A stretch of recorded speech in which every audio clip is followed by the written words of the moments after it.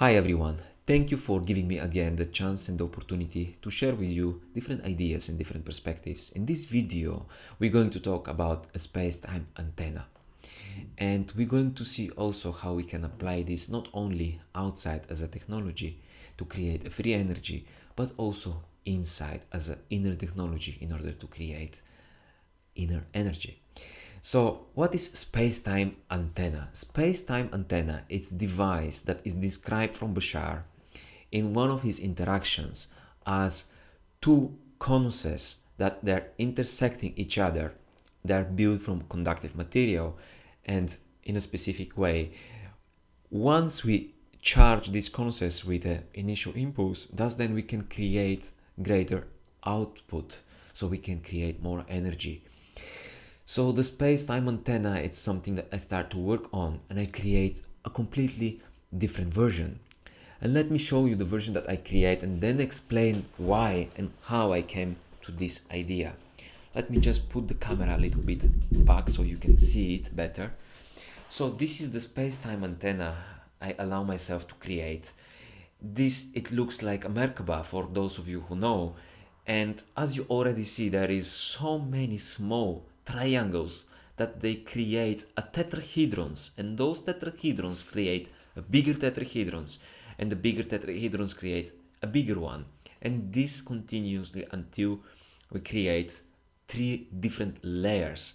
And these layers actually represent a fractal shape because all these small triangles, they create a bigger one, and all the big triangles, they are created from smaller one.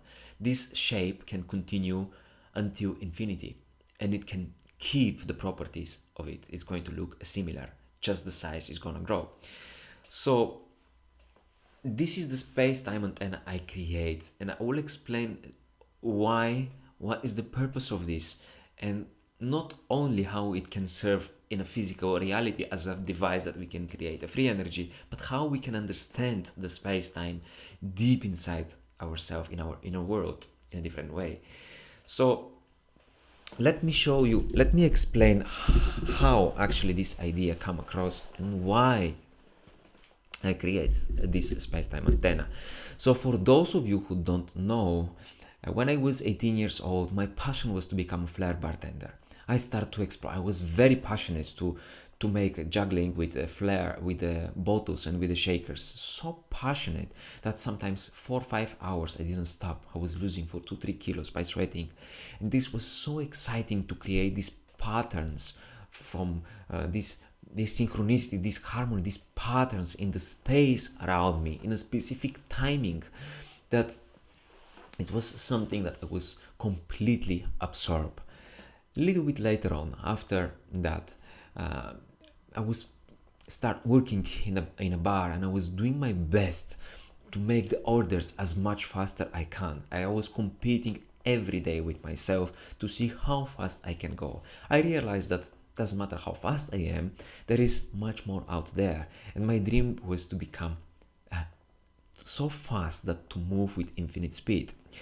Well, something that I noticed during my work is that as much faster I become, as much slowly in my mind I started to see the movements in a slow motion.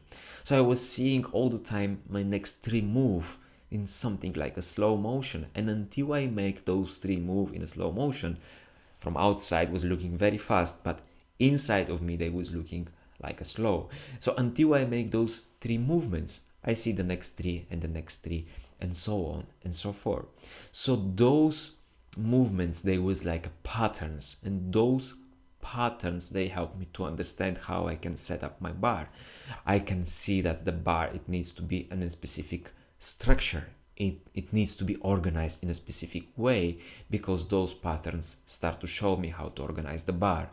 Thus then, I realized that in order to keep those patterns, in order to keep this organization, the best thing is to clean the bar. Because when I clean the bar, I was aware of every single detail, of every single object, where it is, how much I have, and so on and so forth. So the cleaning was essential, and it helps me to organize and to build awareness in the space on the bar.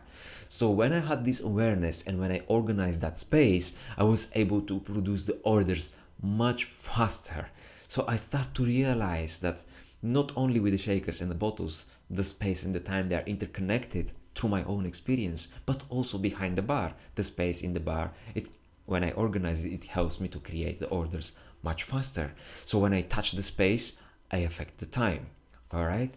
So a little bit later on, after years, I start to notice something else, that sometimes during my busy shifts, I feel stressful and frustrated, and other times when the shifts are even busier, I feel calm and I feel focused and present.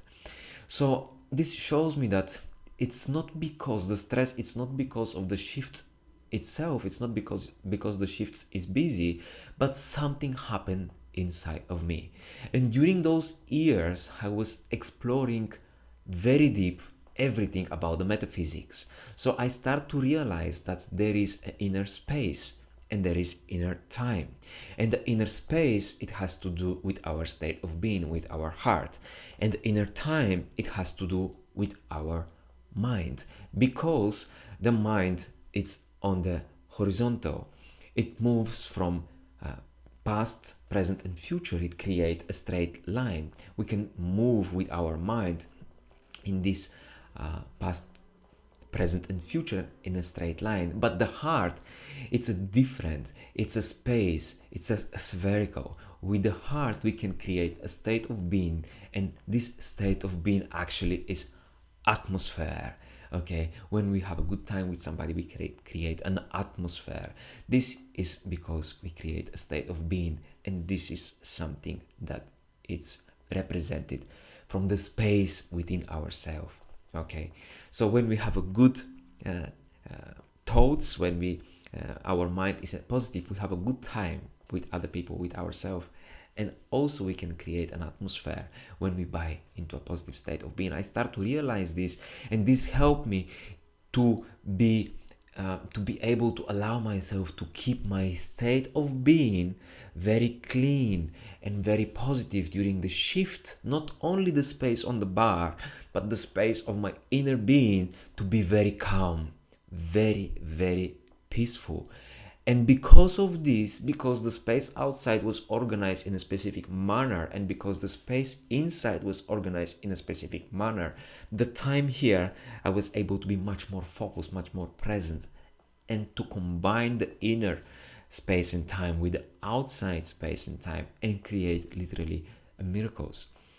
I had the shifts that we work with friends, and we was able to produce so many orders.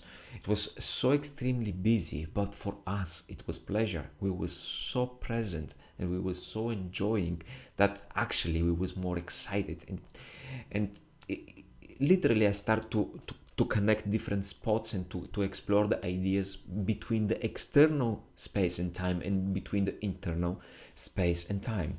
And as I explore more and more of those ideas, suddenly I realized, Bashar helped me to realize what is the structure of the very existence, because with the years I was doing my best to explore more and more, to gather more and more knowledge in order to understand who I am in the life. But the knowledge is infinite. Okay, so as much knowledge I have, as much I understand that I don't know nothing. Obviously, it was missing something. And this something, it was the structure of the very existence. The structure of the very existence are 5 laws that they never ever change. Those are something that are constant. And from the other hand, we have the rest, which is relative, that is constantly changing, and that is relative. So all those ideas and many others, they start to connect in a specific dots, in a specific points, like this space-time antenna, and they start to create a structure inside of my mind. They start to create different perception, different awareness. So those ideas, they start to crystallize, and I start to understand what is the space and time physically. I start to understand that the life, it's infinite, and we are infinite as a consciousness. And one of the reasons that this space-time antenna is built in a fractal manner is because the fractal actually expresses the infinity. So from those small triangles, if we start to build up, we can build a huge infinite triangle but it's going to look the same way. So this is just one of the representation why it's built in a fractal manner, because the fractals represent the infinity of the consciousness that we are, and the infinity of life itself, the existence itself. So why this space-time antenna also, it's built from two tetrahedrons, huge, that penetrating each other. Let me explain that. It's simply because this infinite consciousness, this infinite life, the oneness, express itself in three different ways. Basically, this is a positive, negative, and neutral. Basically, this is duality with a middle point in between, the point of perfect balance. So there is a triangle that this life use, this infinity used to express itself. And this you can see in every single expression of life. You can see that in the quantum physics we have a quant that from one hand can be a particle, from the other hand can be a wave or a field. So not solid. So here it's solid, here it's not solid. You can see that in the chemistry we have the atom, and the atom has a neutron that is neutral, it has a proton that is positive, and electron that is negative. So we can see that in any aspect, the infinity expresses itself in three different ways. So those two tetrahedrons that they penetrate each other, they symbolize so many things. They symbolize the balance between the duality. But specifically in our case, one of the representation is that it represents the balance between space and time. Why? Because the tetrahedron, it has three triangles, and the triangle has three spots. So the time, as we know it, we have past, present, and future. So this is the 3 points that they're interconnected. Okay, so those 3 spots, they're interconnected, and we can represent this idea as a triangle, or we can represent it also as a tetrahedron.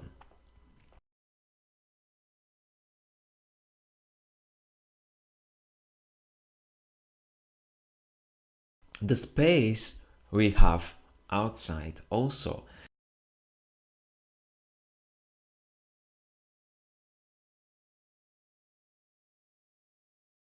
So there is always also 3 spots in the space, generally speaking.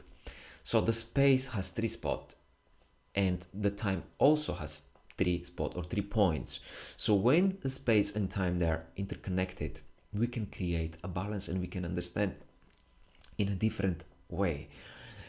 So I would like you right now to give you a chance to see a 2 minutes video from one of the most exciting interaction with Bashar, which is titled Bashar Lab, and I will also link I will also post a link below this video, so you can go and also see and purchase, if you want, from the Bashar website, this interaction. It is one of the most incredible interactions ever. So I will show you what is talking about this, and then we're going to discuss, extend, and also expand on those ideas. So let's have a look what Bashar have to say about space and time, and then we're going to discuss a little bit further. What do we have? Space-time. Space-time. Would you also like to remove the 4A and B?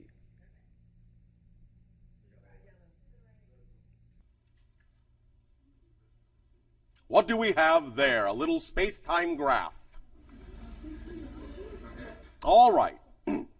Now, let us explain. In your physical reality, while you travel in your physical reality up to the speed of light, the phenomenon called time dilation is noticed to occur. What this simply means is, the faster you move in space, the slower you move in time.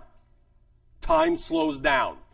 This is what creates the twin paradox, as many of your scientists have expressed it, so that if you imagine there are 2 twins that are the same age, and one steps into a spacecraft and goes out into the stars and travels very close to the speed of light, time for them on the ship will slow down to the point that when they come back, they may actually be many, many, many years younger than the twin who stayed on Earth, who will have aged in the meantime.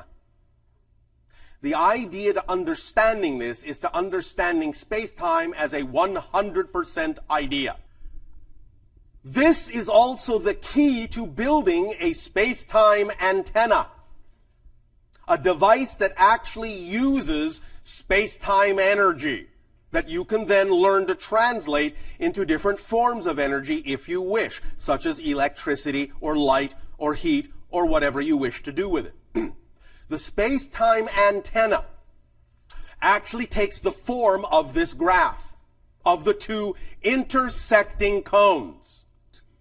You can actually cause this cone with a little bit of an electrical charge to start resonating at a certain frequency that will amplify that energy by drawing down from space-time energy and thus then giving out more energy than you're putting in. So, this diagram, this space-time diagram, shows you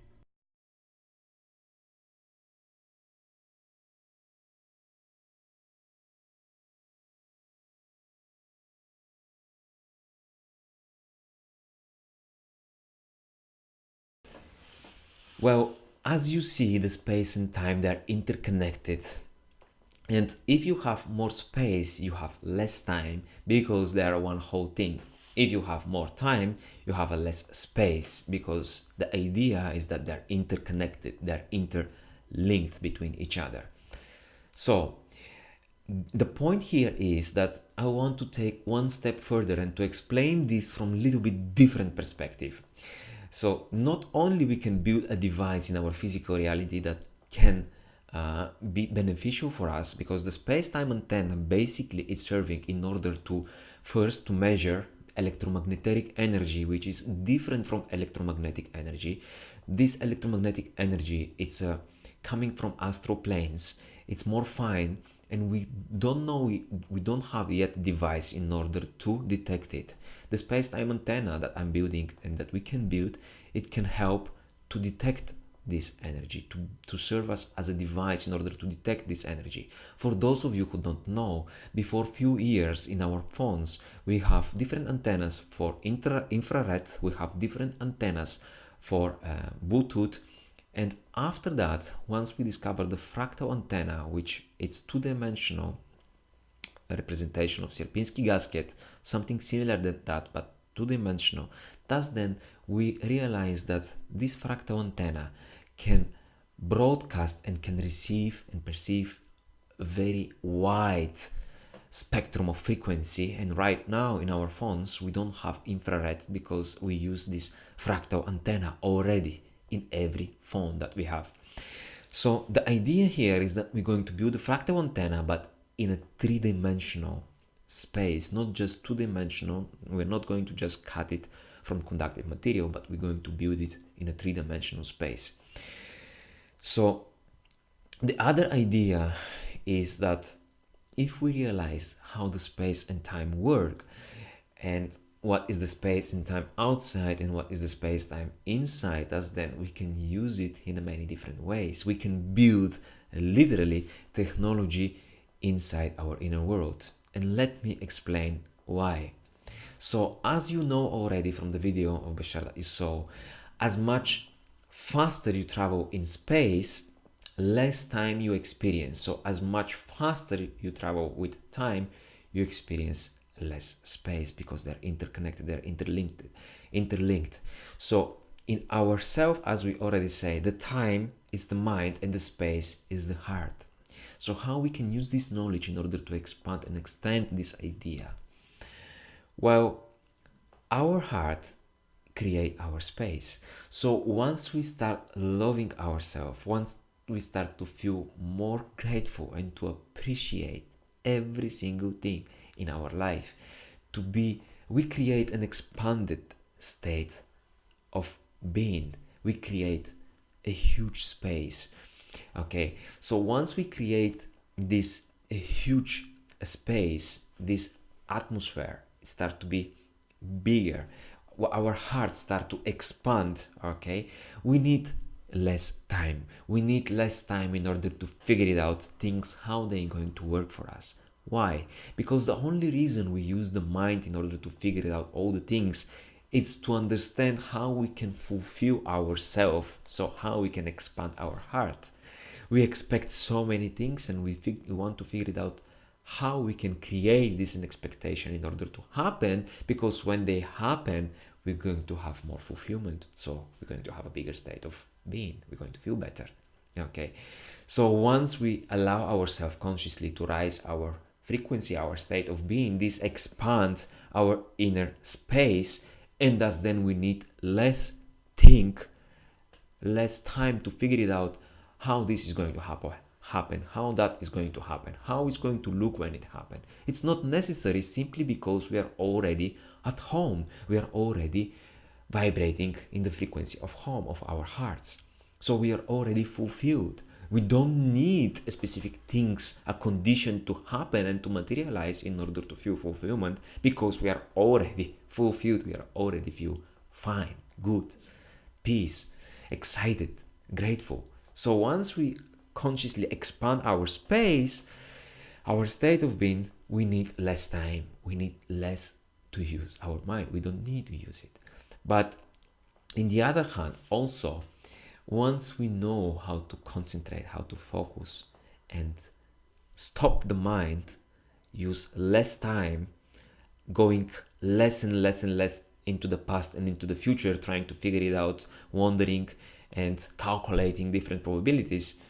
Once we learn how to go in this present moment, the time just melts. If you stay in the present moment, there is no time, there is no future, there is no past. You go in the middle. So once we learn how to go into the center, into this present moment, and the time melt, thus then, this can help us to be much more peaceful and to create more space in our life, to be able to accept and to acknowledge and to validate the things that they already exist in our reality, not to resist them, but to acknowledge them, to see that they have a place there, and to be able to accept them, because we have more space. Okay. So again, once we allow ourselves to dive in this present moment, we create less time, and because of that, we have more space. We can allow ourselves to accept and to contain the things that already exist in our life. This create peace, this create fulfillment, this create harmony. Okay. So the other thing that I want to share and mention, that it's like a paradox, is that actually when we go into the present moment and we create less time, okay, we create less past and less future. The paradox is that we actually tap into the infinite probabilities, because in this present moment already everything exists. Okay, so for us it's much more easy to buy into the state of being that we prefer, to buy into the space that we prefer. All the spaces, they are available. Once we stop the time, our mind, once we go into the present moment, we can allow ourselves to buy into the state of being that we prefer, simply by using our imagination, which is also infinite. So this is how they are connected. As much you learn to focus and to join and to be more present in your life, much more space you create and much more allowance you are able to produce. As much more you expand your heart and you allow yourself to feel love and gratitude, as less you need to figure it out how the things is going to work for you, because you're already arrived before you even make the first step. So the idea here is to build this inner technology which no one can take it away from you, and it's going to be yours forever. Of course, I'm going to continue to work on this device and do my best in order to figure it out how we can create a device that can produce a free energy source in our physical reality. But the primary thing that I want to share with you is much more important, the consciousness that we are. Because the consciousness we are, it's using the technology. And doesn't matter what technology we have. Okay, if the consciousness is not integrated, if it's not holistic, it can use this advanced technology in many different ways that can be destructive. As so many different civilizations, like the Greys, it's like Atlantis, it's like so many different civilizations, they was with so much more advanced technology than us, but they was not integrated, they was not holistic in the consciousness as a consciousness, so they use it in a negative way and they destroy their entire civilizations. Okay, so that's why my primary focus here is how to integrate those ideas internally in order to experience more fulfillment, more gratitude, more love, more acceptance, more allowance, more acknowledgement. And thus then, even if we use the same technology that we already have, we're going to use it in a positive way. We're going to use it in a way that it's the way out of compassion, the way out of integrity, and the way out of love. So tomorrow I'm going to isolate this with material that is a polymer, that is also with different kind of resins inside, and I'm going to at the end of the week run electricity through this structure, and to create a different experiments and to see how this is going to behave. One of the purposes is not only to be antenna that can measure this electromagnetic energy that I mentioned, but also it serves as a transformer in order to transform this electromagnetic energy from the astral domain and bring it back here into the earth, into the physical plane. So not only that, but it can serve also as a capacitor. Capacitor is something that, for those of you who may not know, it received energy and after that it releasing it slowly with the time. It's something like a reservoir that receive energy and thus then after release it slowly in time. This device, because of the structure itself, it must be able to balance the electricity and the magnetism and the electromagnetic energy. It must be able to be balanced because of the shape of that space-time antenna. And when we balance yin and yang, when we balance two contradictive energy, thus then we can create a greater output than the input. And this is the reason why in the next video I will talk about meditation, because the meditation is your ability to enter in this present moment and to experience less time and to experience more space. And thus then, after we talk about meditation and different principles, different ideas that can allow you to experience it much more easy and effortlessly, enjoy with fun and with joy, thus then I'm going to talk about how we can absorb more energy, how we can balance this energy, and how we can send it, move it, create emotions and more space, because everything it's interlinked and it's interconnected. So I hope you have some fun with this video, and tomorrow I'm going to isolate this and see how it's gonna go. The other idea that I want to implement with this device is that when I run the electricity, there is going to be electromagnetic field, and one of my idea is to put a very small sample of the DNA, of let's say my DNA, maybe of the hair or different parts of my body, maybe a nails or something, and put it in the center and to see if this electromagnetic field affect this DNA sample, if this is going to affect my body as a whole, because as a consciousness we are holographic. Okay, this means that this simply means that the smallest particle of ourself, let's say the smallest piece of ourself, has a DNA, and this DNA has the entire information about the whole body. So if we affect this small piece, this small particle of ourself, this information can be transferred between the smallest and the biggest part, because we are holographic. The universe is holographic. That's why we say that we are made out of the image of God, because we have the same properties, because we are infinite like the life itself as a consciousness. So I hope you have some fun, and see you in the next video, in which I'm going to talk about meditation, what actually is meditation. Thank you for watching, and I wish you to have an amazing day.